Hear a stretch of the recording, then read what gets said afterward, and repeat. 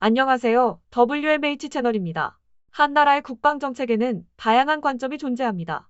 무기 도입과 관련해서도 미래의 자주 국방을 위해 무기는 자체 개발을 시도해야 한다는 의견과 경제적인 관점과 현실적인 제반 사항을 고려해 무기를 수입해야 한다는 의견 등 다양한 의견이 존재합니다. 하지만 일본은 기자 클럽이라는 게 있고 엄청나게 폐쇄적이어서 일본 무기의 결함 등 모든 치부가 거의 보도되지 않고 있습니다.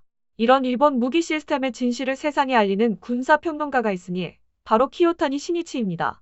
그는 일본의 군사 전문 기자이며 영국의 국방 전문지인 제인 디펜스 위클리의 일본 특파원과 홍콩을 거점으로 하는 캐나다의 민간 군사 연구기관인 카나 인포메이션 센터의 선임 고문으로 일하고 있습니다. 키요타니 시니치의 비평과 조언은 전 방위청 장관인 이시바 시게루에도 영향을 미쳤고, 이시바 전 방위청 장관은 방위청 장관 시절 방위청 개혁을 위해 그의 지적 사항을 정책에 반영하였을 정도로 일본에서는 나름 영향력이 있는 군사평론가로 알려져 있습니다.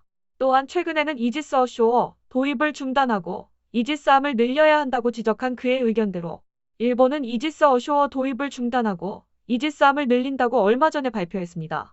일본의 국방정책을 신랄하게 비판하던 그는 90식 전차에 관한 칼럼도 게재했습니다.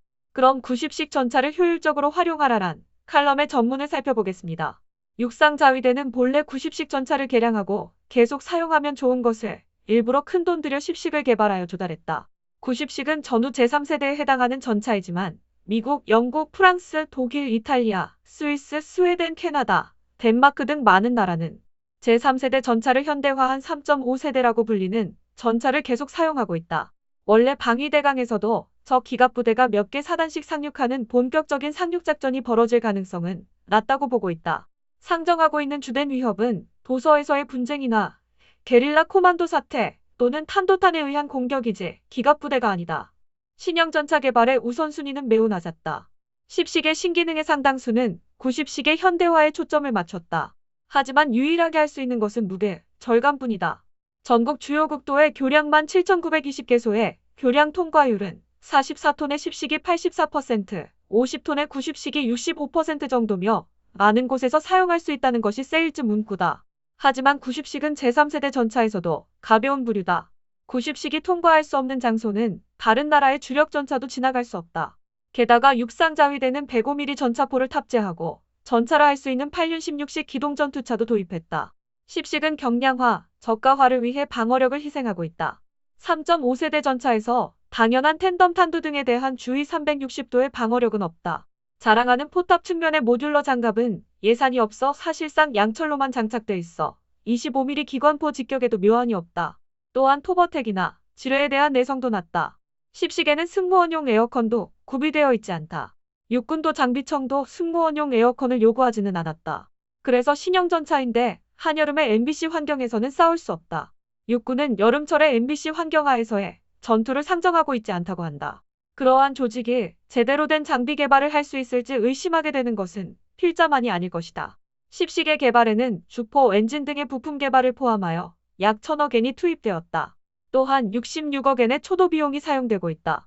조달 단가는 약 10억엔으로 지금까지 약 110대 차량이 조달되었다. 현재 방위대강에서는 전차의 정수가 300대로 되어 있으며 모두 10식으로 교체한다면 300대의 교육 소요를 포함하여 90식과 마찬가지로 340대의 차량이 필요하다. 예산 총액은 4,500억엔 정도다. 10식이 계획된 시점에서는 탱크의 정수는 그 2배 이상이다. 그런 막대한 예산을 들여 신형 전차를 조달할 필요는 낮았을 것이다. 그런 낭비가 있다면 다른 분야에 투자했어야 했다.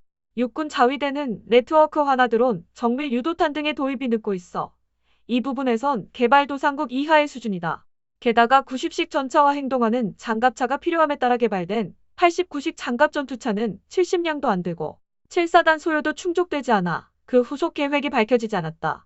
지금 육군 자위대는 아마추어 수준의 전차 매니아와 같은 수준으로 육군 장비 조달을 하고 있다는 것이다. 전차를 모두 10식으로 업데이트한다면 외국에서는 충분히 현역으로 사용될 수 있는 약 340량의 90식 전차는 필요하지 않게 된다. 전차는 강철 덩어리라서 해체 처분하는 데도 돈이 많이 든다. 그렇다면 무기 수출의 계획을 변경해 싸도 좋으니 영가에 수출을 하거나 모수벌로 보존해야 하며 그러한 선순환 구조를 만들어야 예산 낭비를 없앨 수 있다. 그럴 수 없다면 다른 목적으로 전용해야 한다. 외국에서는 구식화된 장비를 개조해 다른 목적으로 전용하는 일이 드물지 않다. 예를 들어 이스라엘의 나메르 같은 중장갑 APC와 혹은 러시아의 BMPT 터미네이터 같은 중화력 화력 지원차 등으로 전용할 수 있을 것이다. 나메르는 메르카바 4전차의 파생형이자 중방어의 병력 수송 장갑차이다. 이스라엘은 과거 노획한적 전차나 구식화된 전차를 이런 병력 수송 장갑차나 다른 용도로 전용했다. 요르단의 국영 공장인 KADDB도 잉여가 된 구식전차 센츄리온을 개조한 중-APC인 알다우자를 개발하고 있다. 전방에 가로로 펼쳐진 유압식 관음식 램프도어가 남고 하차 보병은 이를 이용해 승강한다. 차체 상부의 장갑을 제거하고 차체를 상방으로 연장하고 있다. 전투 중량은 40톤이고 탑재량은 10톤이다. 파워팩은 새롭게 디자인된 엔진으로 L3 컴뱃 프로포션의 12기통 750마력 디젤 엔진이며 AVDS 1790 변속기는 앨리슨의 CD856A 자동 변속기를 채용하고 있다. 차체 앞 측면 상부에는 두꺼운 장갑을 채용해 나토 규격의 레벨 5의 방어력을 획득했다. 마찬가지로 차체 바닥부에도 V자형의 증가 장갑을 채용하고 승무원석도 플로팅 시트를 채용해 대질의 IED 생존성을 높이고 있다. 승하번은 2명이고 하차 보병 7명이다. 루프에는 보병용 해치가 4개 마련되어 있다. 12.7mm 기관총은 원격 웨폰 스테이션, 나아가 중구경 기관포 포탑도 탑재가 가능하다.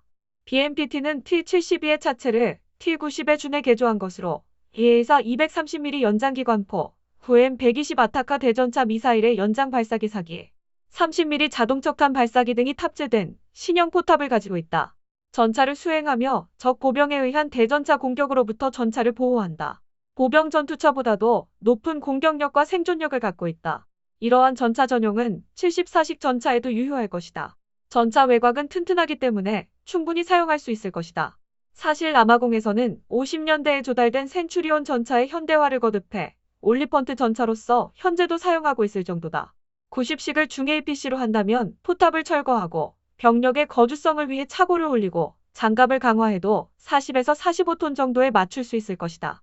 그렇다면 엔진은 10식 전차의 기통을 줄여 800마력 정도로 한다면 사용하기 좋을 것이다. 패밀리화하면 유지 정비 비용을 낮출 수 있다. 혹은 외국산 엔진을 채용해도 좋을 것이다. 외국산 엔진이 국산보다 더 많이 양산되고 있어 조달 및 유지비가 저렴할 것이다. 장갑에는 대전차탄용 매트 장갑이나 격자 장갑도 채용하면 사방으로 강화할 수 있다. 차체 하부도 대질의 장갑으로 해야 한다. 무장은 12.7mm의 RWS 정도로 충분할 것이다. 필요하다면 무장은 20mm 기관포 등으로도 좋다. 또 에어컨과 보조 동력장치는 필요하다. 보조 동력장치는 엔진을 끈 상태에서도 전자기기를 작동시키기 위해 필요하다. 또한 무장보다는 UAV 등의 운용 능력을 부과해야 한다. 90식은 약 340대이므로 APC형을 120대 정도로 하고 87식 장갑 전투차의 화력 부분은 화력 능력을 담당하기 위한 전술의 화력 지원형으로 사용하면 된다. 이것은 포탑을 바꾸어 3576mm 정도의 포와 대전차 미사일을 탑재한 외제 포탑을 수입하면 된다. 96식 자주 120 박격포와 87식 자주 고사기관포, 82식 지휘통신차, 시설 작업차 등의 후속 제품을 개발해 패밀리화할 수 있을 것이다. 90식 베이스의 90식 전차 회수차나 91식 전차교는 엔진을 업그레이드하면 그대로 사용할 수 있을 것이다. 패밀리화하면 교육이나 병참을 공용할 수 있고 부품의 생산 비용도 낮아진다. 남은 120mm 포는 원래 라인메탈사의 라이센스 제품이므로 마음만 먹으면 수출할 수 있을 것이다. 기존 차량의 전용 이점은 기존 정비와 부품을 유용할 수 있어 유지비가 적고 개발 및 조달 비용도 낮아진다는 것이다. 개발에 걸리는 시간도 적게 든다. 세금을 많이 써서 마련한 장비는 가능한 한 유용하게 써야 한다. 미쓰비시 중공업이 안 되면 해외 업체에 부탁하면 된다. 70에서 90년대에 조달한 장비장갑 차량을 따라 다시 조달하면 지금까지와 같이 조달이나 유지 비용이 들고 조달 기간이 길어져 전력화가 늦어진다. 그 우를 반복하지 않기 위해 90식을 이용함으로써 남는 예산을 다른 곳으로 돌려야 한다. 이상이 칼럼의 전문이었습니다. 간추려보면 3세대 전차인 90식 전차를 아직 많은 나라에서 사용하고 있으나 일본은 거액을 들여 10식 전차를 개발했으며 개발된 10식 전차는 방어력이 낮고 쿨러가 없기 때문에 여름철 MBC 환경에서 싸우기 힘들고 또한 불필요하게 된 90식 전차를 수출 또는 모수볼로 보존해야 한다는 것입니다. 평소 일본의 값비싼 국산 무기 도입 시스템에 폐해에 대해 지적해온 대로 이번 글에서도 저자는 10식 전차의 개발은 불필요한 것이었다고 지적하고 있습니다. 앞으로 10식 전차의 개발로 폐기 처분의 운명에 놓인 90식 전차가 앞으로 어떤 운명을 맞이할지 주목됩니다. 이상 마치겠습니다. 시청해주셔서 고맙습니다. WMH 채널이었습니다.